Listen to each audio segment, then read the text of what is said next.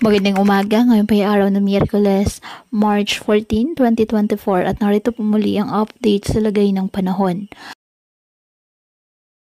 Ayon sa Pag-asa, shoreline ang nakakaapekto sa eastern section ng Central at Southern Luzon. Northeast monsoon naman ang nakakaapekto sa Northern Luzon. Wala namang bagyo o low pressure area na minomonitor sa loob at labas ng ating PAR na maaaring makaapekto sa lagay ng panahon.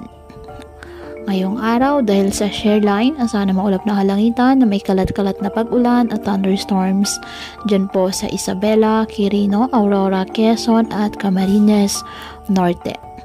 Ang Cordillera Administrative Region at nalalabing bahagi ng Cagayan Valley, asahan din po ang maulap na kalangitan na may mahihinang pag-ulan dahil pa rin sa amihan. Ang Ilocos Region at nalalabing bahagi ng Central Luzon, bagyang maulap na kalangitan with isolated light rains dahil po sa amihan.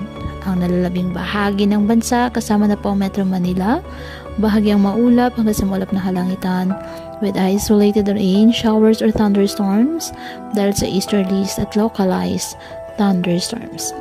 Kaya patuloy po natin na pag-iingat pa din ang ating mga kababayan sa pantapan po ng mga pagbaha at pagguho ng lupa at ugalin po na magdala palagi ng payong o kahit anong panangga sa ulan o di kaya na may sa init ng araw kapag lalabas ng ating mga tahanan. At yan po muna ang update sa lagay ng panahon ngayong araw. Muli, patuloy po tayo na mag-ingat at palaging tandaan, God loves you. Stay safe and God bless.